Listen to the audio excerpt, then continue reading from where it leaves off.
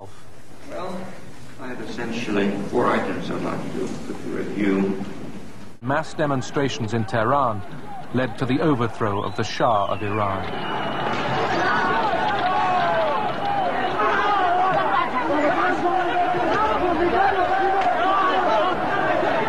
The Shah's fall lost America its most important ally in the region. The United States and the Soviet Union already possessed nuclear arsenals large enough to wipe each other out. Both sides were constantly introducing more powerful and accurate missiles. What if free people could live secure in the knowledge that their security did not rest upon the threat of instant U.S. retaliation to deter a Soviet attack, that we could intercept and destroy strategic ballistic missiles before they reached our own soil or that of our allies? I know this is a formidable technical task, one that may not be accomplished before the end of this century. I call upon the scientific community in our country, those who gave us nuclear weapons, to turn their great talents now to the cause of mankind and world peace, to give us the means of rendering these nuclear weapons impotent and obsolete. When we explode that little atom, we can destroy a whole city. Would you have believed it? Would you have said, let's try it?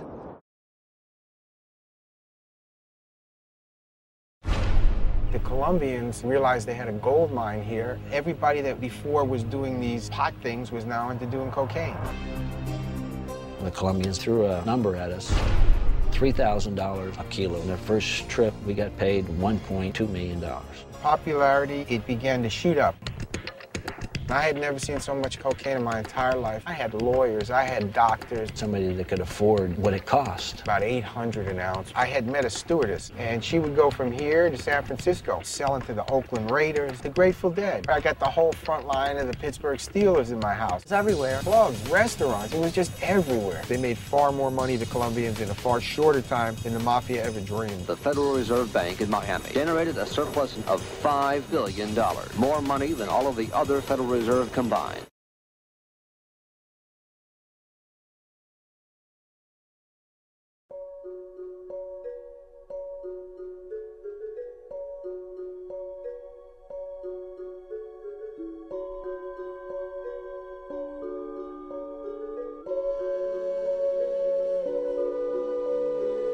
Scientists at the National Centers for Disease Control in Atlanta today released the results of a study which shows that the lifestyle of some male homosexuals has triggered an epidemic of a rare form of cancer. Here is what some Williamson residents feel should happen to people with AIDS. I think God has given them the AIDS for a special reason. I wouldn't want him to be around my family. Shouldn't be around my family. Put them on a reservation, like they did the Indians.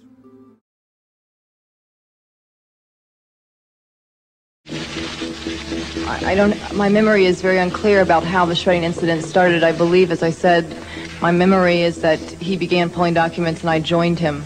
And did you surmise that this was a way of trying to cover up something in conjunction with the Iran initiative or the Contra initiative? I don't use the word cover up, I would use the word protect. The problem of hostages did not go away for President Reagan. Radical elements in Middle Eastern countries continued to kidnap Americans during Reagan's term of office. We're going to continue to explore, as we always have, every opportunity to try and get them out. I happen to believe that when an American citizen, any place in the world, is unjustly denied their constitutional rights to life, liberty, and the pursuit of happiness, it is the responsibility of this government to restore those rights.